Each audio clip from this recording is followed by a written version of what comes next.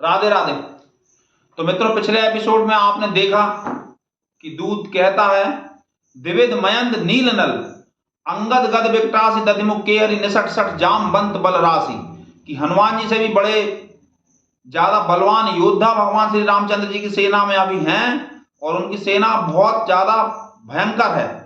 इसके बाद में दूत और आगे सेना का क्या वर्णन करता है, पहले हम चौपाइयों पर दृष्टि डालते हैं, उसके बाद इनका अर्थ समझने का प्रयास करेंगे। तो दूत कहता है फिर रावण से, एक अपि सब सुग्रीव समाना इन सम कोटिन गनई को नाम, राम कृपा अतुलित बलते नहीं तरन समान त्रिलोक गनई, असमय सुना सर्वन दस कंधर पदुम 18 जूथप बंदर, नाथ कटक में सो कपिनाई जो न तुम्हें जीते रनमाई, परम क्रोध मीजई सब हाथा आयसु पैन देहि रघुनाथा, सोसई सिंधु सहित झस ब्याला पूरा ही नत भरी कुदर विशाला, मर्द गर्द मिलवई 10 सीसा ऐसे ही बचन कहीं सब कीसा, गरजई तरजई सहज असंका मानव ग्रसन चाहत हाहि लंका, सहज सूर कपि भालु सब पुनि सिर पर प्रभु राम, रावण काल कोटि कहूं जीत सकई संग्राम।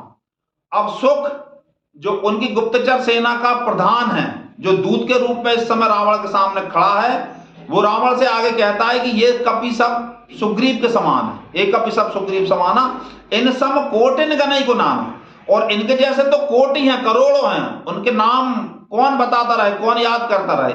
इन सम कोटिन गनई को नाम, राम कृपा अतुलित बल ते नहीं त्रिन समान त्रिलोक गनई, और राम जी की कृपा से उनके अंदर अतुलित बल है और वो पूरे त्रिलोक को तिनके के समान गिनते हैं। ज्यादा बलवान व्यक्ति किसी की ज्यादा परवाह नहीं करता ना, उस तरह से राम कृपा अतुलित बल ते नहीं तरन समान त्रिलोक गनई, असमय सुना सर्वन दस कंधर पद्म 18 जूथप बंदर, और मैंने ऐसा सुना है रावण नाथ, असमय सुना सर्वन दस कंधर पद्म 18 जूथप बंदर, मतलब 18 पद्म।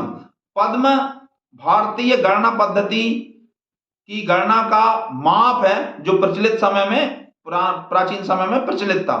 ये 18 पद्म तो सेनापति हैं। असमय सुना सर्वंदस कंदर पद्म 18 जूथा बंदर, नाथ कटक में सो कपिनाई, कटक यानी सेना, और नाथ सेना में ऐसा कोई बानर नहीं है जो युद्ध में आपसे न जीत सकता हो, युद्ध में आपको न जीत सकता हो, मतलब इनका बल बड़ा विशाल है, बड़ा भयंकर है। नाथ कटक में सो कपिनाई जो न तुम्हें जीते रनवाई, परम क्रोध मीजई सब हाथा आयसु पैन देहि रघुनाथा, और ये सब क्रोध से हाथ मल रहे हैं लेकिन भगवान इनको आज्ञा नहीं दे रहा है। और जिस समुद्र के विषय में आप बार बार कह रहे हो कि समुद्र बीच में, समुद्र बीच में, सोसई सिंधु सहित झस ब्याला पूरा ही नत भरी कुदर विशाला, वो कहते हैं कि हम इस मछलियों और मगरों से भरे समुद्र को सोख लेंगे या बड़े बड़े पर्वतों को उखाड़ कर इसे पूरा पूर देंगे। सोसई सिंधु सहित जस व्याला पूरा ही नत भरी कुदर विशाला, मर्द गर्द मिलवई 10 सीसा ऐसे ही वचन कहीं सब कीसा, और हम दशानन को पकड़कर मार डालेंगे, उसकी लंका को धूल में मिला देंगे। गरजई तरजई सहज असंका मानव ग्रसन चहत हाई लंका, और वे बहुत जोर से गरजते हैं, तरसते हैं, जैसे वो लंका को उखाड़ ही डालना चाहते हो। सहज सूर कपि भालु सब पुनि सिर पर प्रभु राम, एक तो वो सहज में ही सूरवीर है और उनके ऊपर से रामचंद्र जी का हाथ है।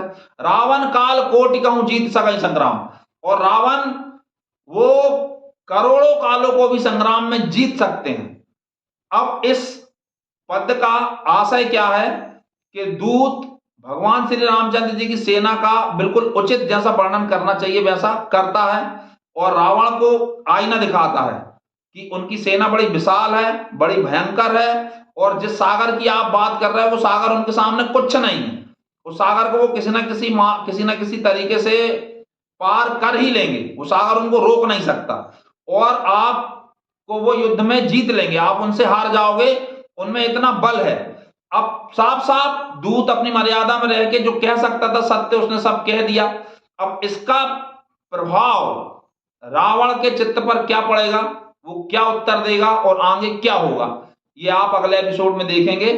कृपया कर चैनल को सब्सक्राइब अवश्य करें। बहुत बहुत बहुत धन्यवाद। राधे राधे।